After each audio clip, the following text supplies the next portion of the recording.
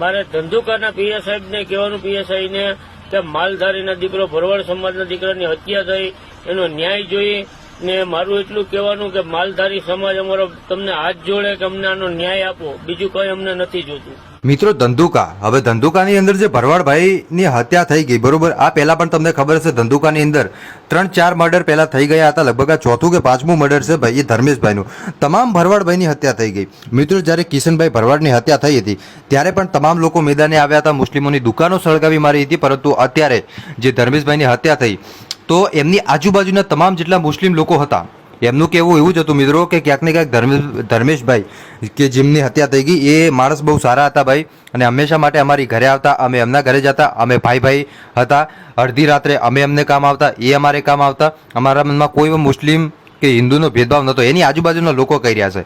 પરંતુ જે વ્યક્તિએ હત્યા કરી એ મુસ્લિમે, હવે એ વ્યક્તિએ હત્યા કરી એમાં મિત્રો બિચારા બીજા મુસ્લિમ ભાઈઓ છે ને એમને ક્યાંક ને ક્યાંક નીચું જોવું પડે છે, કેમ કે કામ બીજું કરે ને ભોગવે બીજું. મિત્રો હવે એ લોકો એમ કહે છે કે અમારી ઉપર હવે કોઈ વિશ્વાસ કરે નહીં, કેમ કે અમે તો ભાઈ સમાન હતા. ભલે આજે એમની ઉપર દુઃખનો પહાડ તૂટી પડ્યો હોય, મુસ્લિમ ભાઈઓ એમ કહેતા હતા, પણ અમે હંમેશા માટે એમના પરિવાર સાથે છીએ. અમે હમણાં બધા મુસ્લિમ ભાઈઓ એમના ઘરે બેસણામાં જવાના છો ભાઈ. આવું મુસ્લિમ સમાજના લોકો કહી રહ્યા હતા કે અમે બેસણામાં જઈશું ભાઈ.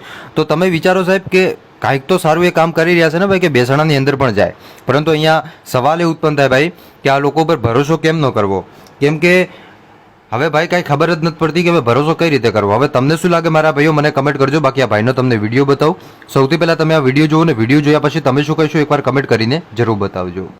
મારે ધંધુકાના પીએ સાહેબને કહેવાનું પીએસઆઈને કે માલધારીના દીકરો ભરવાડ સમાજના દીકરાની હત્યા થઈ એનો ન્યાય જોઈએ ને મારું એટલું કહેવાનું કે માલધારી સમાજ અમારો તમને હાથ જોડે કે અમને આનો ન્યાય આપો, બીજું કઈ અમને નથી જોતું.